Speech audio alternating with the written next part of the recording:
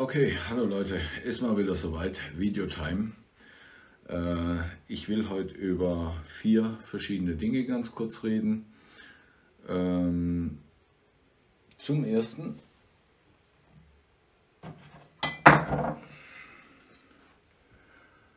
eine selbstgemachte Toolbar,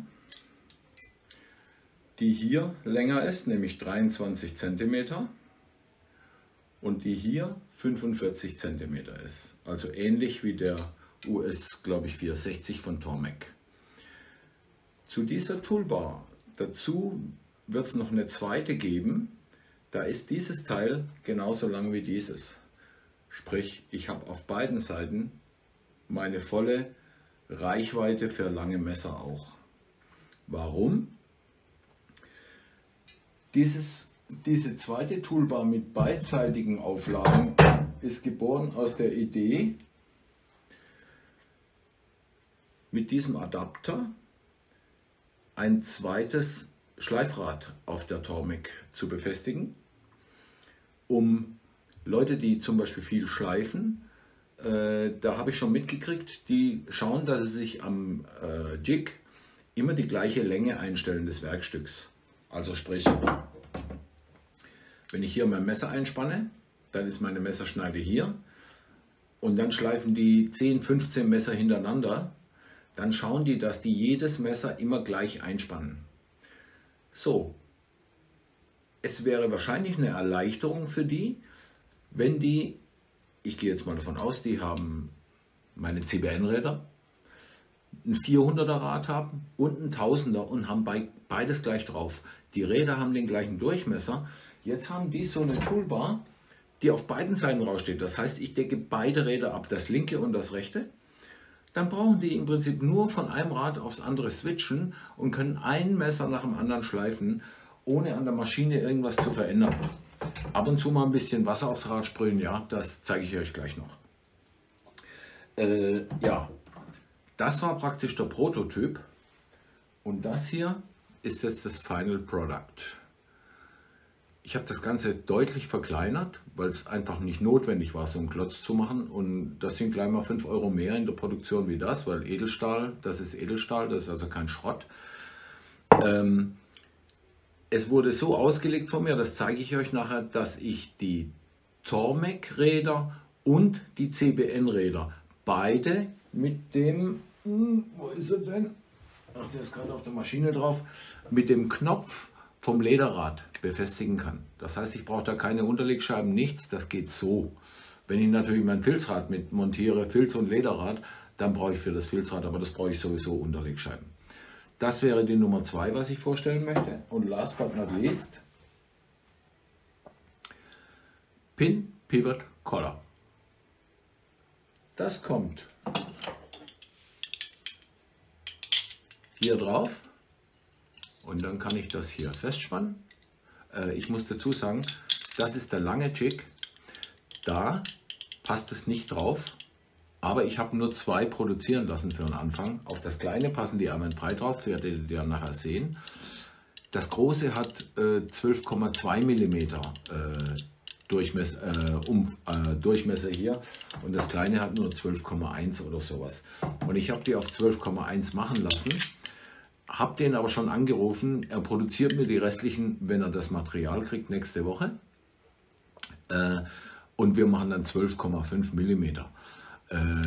Wenn ich da 0,2 mm auf jeder Seite Spiel habe, das juckt nicht, das kriege ich hier mit dieser Madenschraube. Die geht nämlich hier in das Loch innen rein. Sieht man das? Andere Seite so. Da kommt die raus. Ich drehe mal kurz. Ja. Hier müsste man die jetzt sehen, ne? So. Und die spannt mir das Ganze dann darauf fest, dass das einfach nicht weggehen kann. Und dann nehme ich einfach dann einen Imbusschlüssel, ziehe mir das an. Oder wenn jemand lustig ist, das ist ein ganz normales M5er Gewinde, kann er selbstverständlich auch eine Flügelmutter oder sowas reindrehen. So, was will ich machen? Ich will jetzt hergehen und will euch das Ganze mal alles vorstellen, wie das läuft. Ich meine, das mit der Toolbar brauche ich nicht erklären, da weiß jeder, worum es geht. Ich spreche es vielleicht nachher nochmal kurz an, aber sonst ist das okay.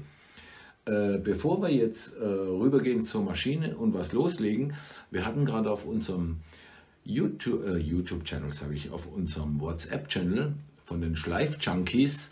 So habe ich mir übrigens ein Logo machen lassen, habt ihr vielleicht schon gesehen auf meinem Kanal. Wenn nicht, beobachtet das mal oben. Ich habe mir da ein Logo machen lassen, ich finde das toll. Das ist hinten dran so ein stilisiertes Schleifrad. Ach so, zu den Schleifrädern. Ich wurde von vielen Leuten angesprochen, kannst du noch welche mitbestellen? Kannst du noch welche mitbestellen? Ja, kann ich. Warum?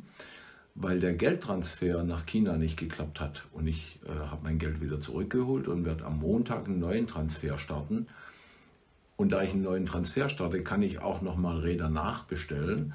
Das heißt, ich bekomme dann einfach nochmal eine neue Rechnung für die Räder, die ich noch dazu bestelle. Um das zu klären, Leute, ich bestelle keine Diamanträder. Ich bestelle CBN-Räder in den Körnungen 160, 400 und 1000. Das ist eine bewährte Körnung. Die vertreibt auch Knife Grinders in Australien. Nur Vadim kann seit Monaten nicht liefern. Und wir in unserer Schleifgruppe und auch so, einige Leute haben mich angesprochen, Mensch, guck doch mal. Und dann habe ich gesagt, okay, ich schau mal. Und dann wurde ich bin gar nicht selbst aktiv geworden in die Richtung, sondern der Hersteller dieser Räder hat mich angeschrieben per E-Mail, weil er gesehen hat auf meinem Kanal, ich stelle immer die Räder von Vadim vor. Und wahrscheinlich sucht er halt auch Kunden, hat mich angesprochen, ob ich kein Interesse hätte, diese Räder bei ihm zu beziehen. Dann habe ich das mal ein bisschen kalkuliert und gemacht und dann bin ich jetzt gekommen. Also gut, ich mache es nicht ganz umsonst, sage ich ganz ehrlich, aber wenn man also beim Vadim so ein Rad bestellt, dann habe ich, bis das hier in Deutschland ist, kostet mich das zwischen 310 und 320 Euro. Und dauert natürlich auch 3-4 Wochen, ja, je nachdem.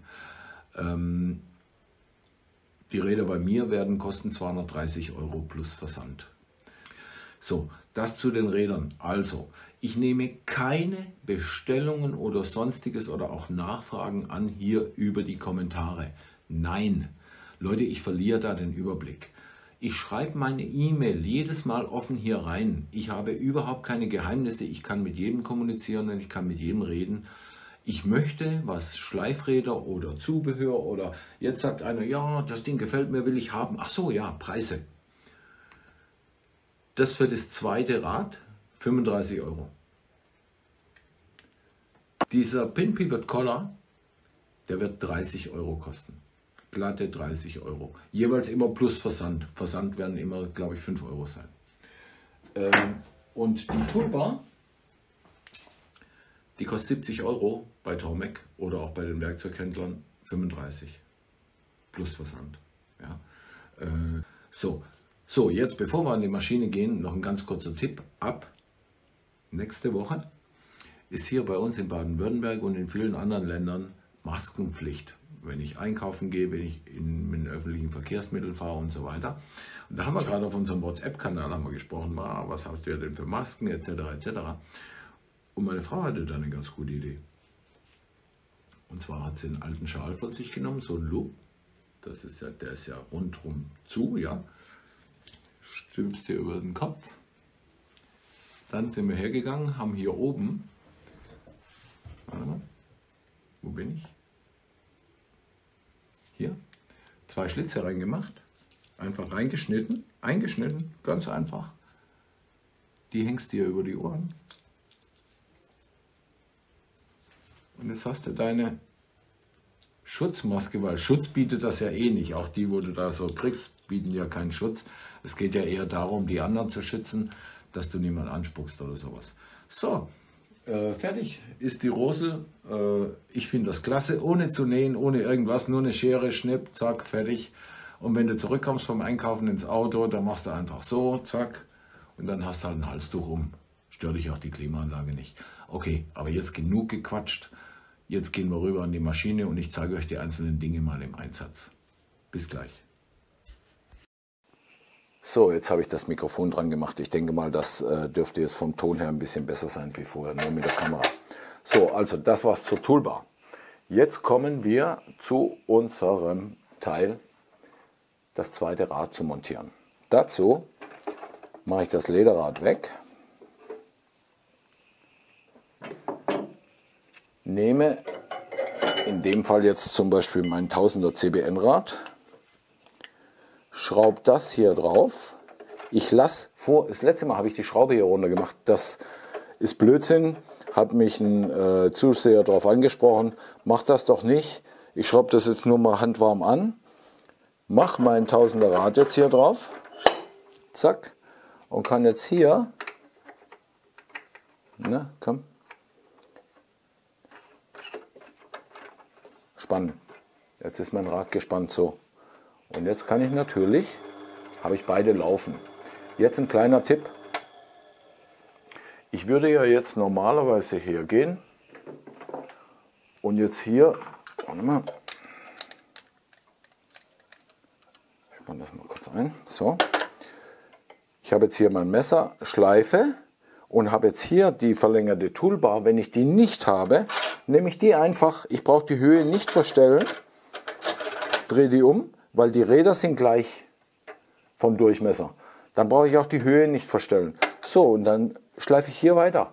Da ich auf dem 1000er Rad sowieso bloß einmal drüber gehe, oh, da bin ich an der Wand angestoßen, da ich auf dem 1000er Rad sowieso bloß einmal drüber gehe, in jede Richtung, ist das absolut okay. Das braucht nicht im Wasser zu laufen. Was ich mache, ich nehme ein bisschen Wasser und sprühe das ein, aber dann habe ich festgestellt, ey, Vorsicht sein, jetzt muss ich mal ganz kurz noch was zur Hand holen, Augenblick. Wo ihr darauf achten solltet, wenn ihr das einsprüht, das Rad, also ich lasse das dann laufen, so, und jetzt muss ich das ja nass machen, ja, weil ich möchte ja beim Schleifen ein bisschen nass machen.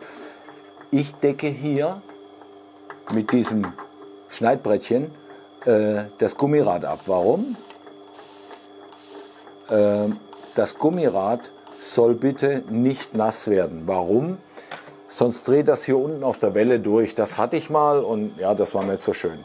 Jetzt könnt ihr ganz einfach, und wenn ihr mal schaut, da ist jetzt ein Wasserfilm vorne drauf. Achtung, seht ihr?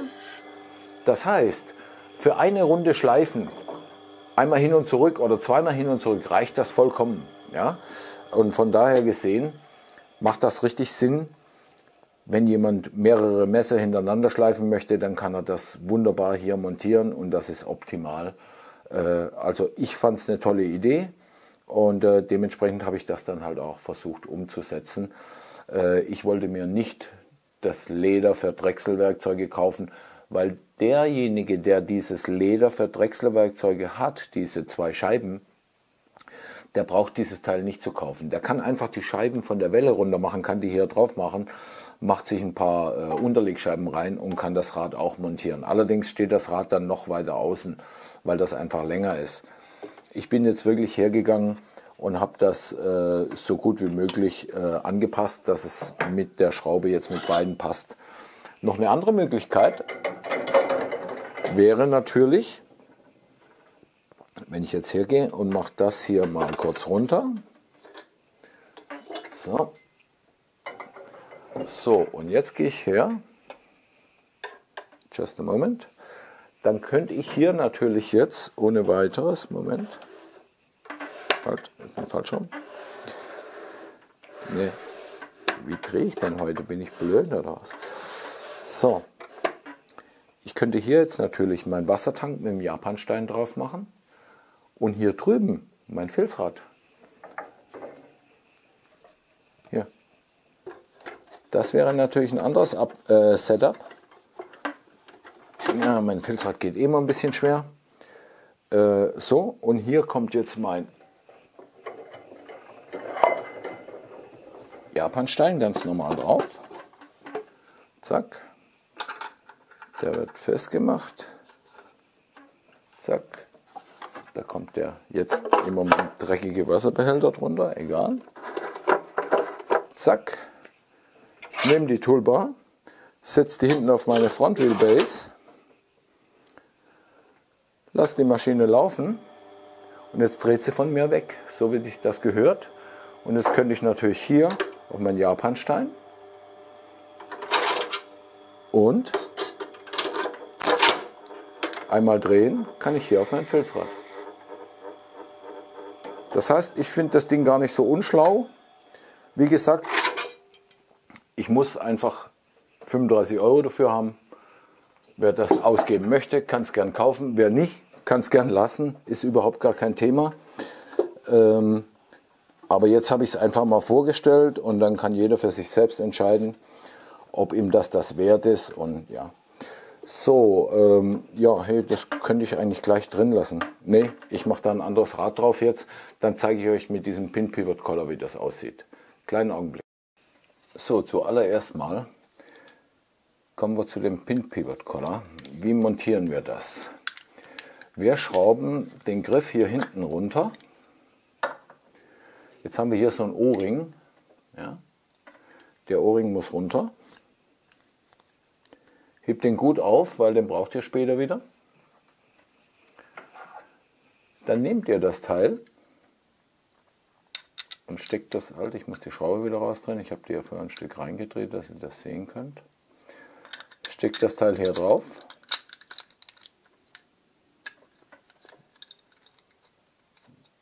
So. Jetzt geht das hier. Also ihr seht, auf dem kleinen funktioniert es gut, da ist es frei beweglich. Nur auf dem langen, da muss ich einfach wirklich, ich habe hier jetzt so gut wie kein Spiel, aber das spielt ja keine Rolle, wenn ich jetzt noch 0,2 mm größeres Loch mache. Ich kriege das ja immer wieder fixiert hier mit der Schraube, da hält das schon, ne? Obwohl ich es nur von Hand angezogen habe. Jetzt mache ich es hier nochmal los. Was ich jetzt mache, ich drehe den Griff wieder drauf, so lange bis er angezogen hat. Jetzt hat er schon angezogen. Dann gehe ich her und vermittle das, so dass das hier in etwa in der Mitte steht. Weil was tue ich denn nachher? Ich drehe hier auf diesen Knopf. Ich nehme mal kurz das andere noch her und mache da auch mal noch kurz einen Griff rein. Augenblick. Um mal was zu zeigen. Wenn ich hier jetzt drehe,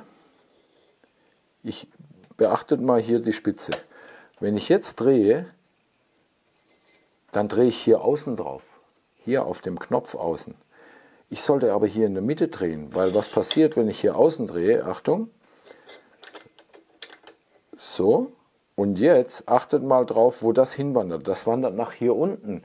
Und in dem Moment, wo das nach hier unten wandert, wird ja mein Winkel flacher. Deswegen gehen bei ganz vielen vorne an der Messerspitze, wenn die gebogen ist, die drehen einfach und dann wird vorne die Spitze breiter. Und die wundern sich, warum die Schneide da einfach so breit geworden ist. Ich zeige es nochmal. Wenn ich jetzt hier auf der Stelle drehe, dann geht das hier nach unten. Wenn ich jetzt zurückdrehe, dann komme ich wieder weiter hoch. Seht ihr das? Das macht über 1 Zentimeter aus. Und das macht natürlich am Winkel auch viel aus. Anders mit dem Teil hier. So. Wenn ich hier jetzt drehe, warte mal, ich mache da mal einfach mal ein Messer rein und mache mal eine Laserlinie hin. Augenblick. So, müsste man eigentlich jetzt ganz gut sehen hier. Ich gucke mal noch ein bisschen Licht dazu schmeißen. Ich habe jetzt hier oben das Ding drauf montiert. Ja. So, und jetzt habe ich hier meine Laserlinie und ich habe ein stark gebogenes Messer. So, ich glaube, ich muss noch ein bisschen hoch. Ja? So in etwa, ja, so sieht man es, glaube ich, ganz gut. Dann schraube ich das mal ein bisschen fest, dass mir das nicht durch die Gegend rutscht. Wenn ich jetzt ganz normal schleife, so, jetzt schaut mal hier schon den Abstand zwischen Schneide und Laserlinie. Hier wird es jetzt steil. Da kriege ich einen 20er Winkel, wenn ich hier vorne 15 habe zum Beispiel. Ja? So, also was mache ich? Ich gehe her in der Regel und hebe jetzt an. Ja? So, und jetzt kann ich hier aber gleichzeitig mit drehen beim Anheben. Und was immer ganz wichtig ist bei so stark gebogenen Messern, denkt euch einen Teiler dieses Kreises hier, den die Schneide macht, tut den einfach mal halbieren, geht hin, mal ein Beispiel, hier würde ich jetzt einfach sagen, bei so einem Ding, da ist mein Radius etwa hier, so, so, und jetzt Achtung, wenn ich mit diesem Radius hier den Rand erreiche, dann drehe ich und hebe an, und zwar bis hinten hin. dann kann ich sicher sein, dass ich immer eine gute Schneide vorne habe. Also hier, und jetzt bewege ich mich nicht mehr, sondern ich hebe nur noch an und drehe. Fertig. Das war's. So kann ich. Okay, also Leute. Erweiterte Stütze. Einmal. Montage für ein zweites Rad. Zweimal. Und diesen Pivot Collar zum Drehen des Messers. Das war natürlich ein ziemlich extremes Messer, aber auch ein normales Chefmesser oder so. Die haben vorne dann immer mal so einen Bogen. Und das sieht ekelhaft aus, wenn die Schneide nach vorne so aufgeht. Sieht einfach, ja, wie gewollt und nicht gekonnt. Ne? Okay, also das war's soweit.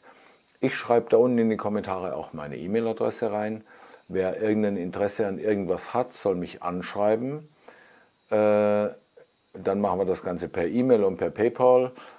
Ich werde nur die Portokosten berechnen, die auch tatsächlich entstehen. Aber ich glaube, Post kostet, glaube ich, da ich es eigentlich generell als Paket verschicken will, dass ich eine Tracking-Nummer habe für denjenigen, kostet, glaube ich, 4,90 € oder sowas, wenn ich es online frankiere. Das ist dann so ein kleines Kartönchen. Okay, also Leute, dann wünsche ich einen schönen Abend, macht's gut und bleibt gesund. Bis dann. Ciao.